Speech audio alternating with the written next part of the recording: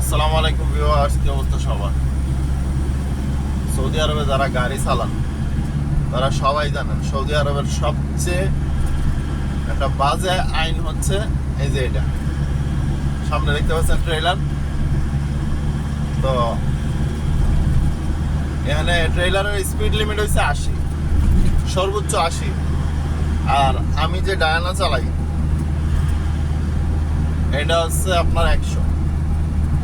এখন ও 80 যাইব, আমি ওর পেছনে পেছনে যাইতে হইব। আমি কিন্তু পাশের লাইন দিয়ে ওভারটেক করে যাইতে পারবো না।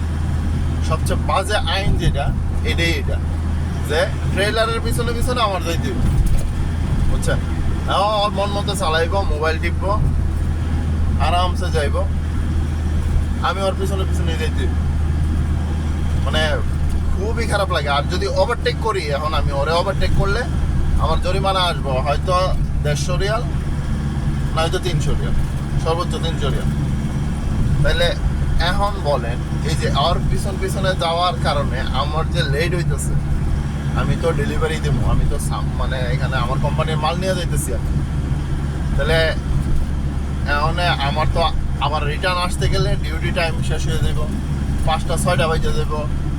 হ্যাঁ, তাহলে এই যে এটা একটা আইন, আমার মনে হয় যে সৌদি আরবের এই আইনটা পরিবর্তন করা উচিত।